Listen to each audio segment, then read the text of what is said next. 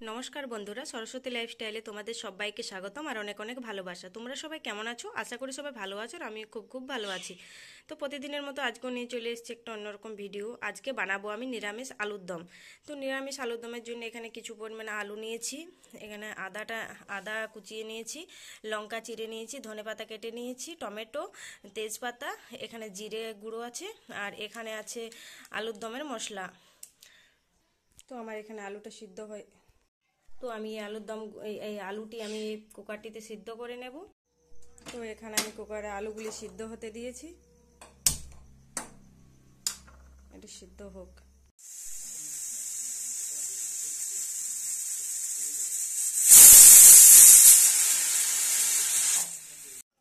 এখানে আমার আলুটা সিদ্ধ হয়ে গেছে, এটা আমি এবারে ছেঁকে নেব।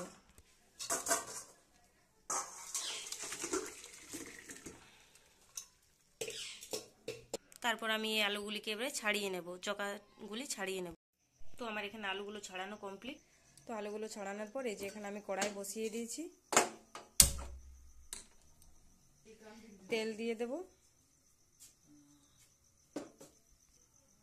তেলের মধ্যে দিয়ে দেবো কটি জিরে, একটা তেজপাতা, দিয়ে দেবো টমেটো কুচি,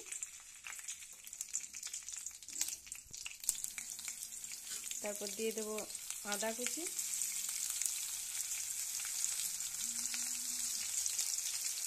আর দিয়ে দেবো কাঁচা লঙ্কা।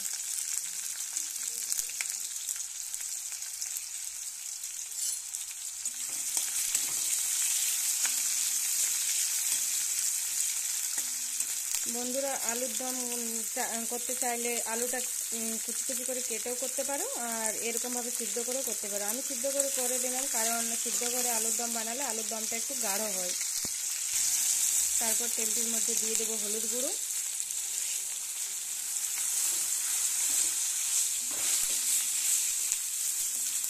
রাত্রি হয়ে গেছে, লাইটের আলোটা খুব ভালো একটা দেখাচ্ছে না। তারপর দিয়ে দেবো আলুর দমের মশলা।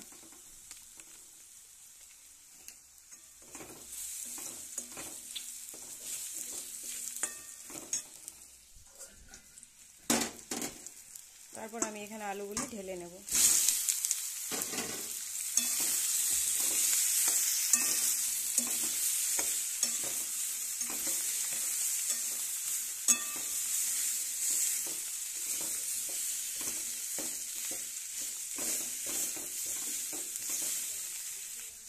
তারপরে এখানে আমি স্বাদ মতো লবণ দিয়ে দেব।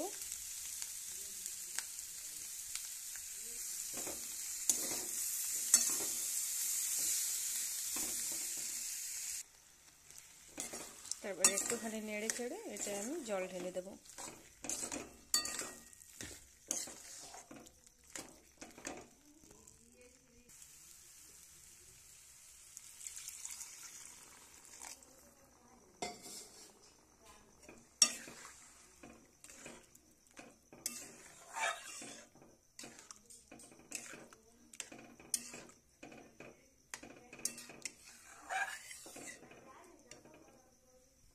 এটা আমি ঢাকা দেবো না, যেহেতু আলুটা সিদ্ধ করা হয়ে গেছে আগে, আর এটা মশলাটিও ভেজে নিয়েছি, তাই এটা ঢাকা দেওয়ার প্রয়োজন হবে না। এইভাবে ফুটুক, তারপর আমি ধনেপাতা দিয়ে নামিয়ে নেব। কিছুক্ষণ ফুটুক। তো আমার আলুর দম রেডি, এবারে ধনেপাতা দিয়ে আমি নামিয়ে নেব।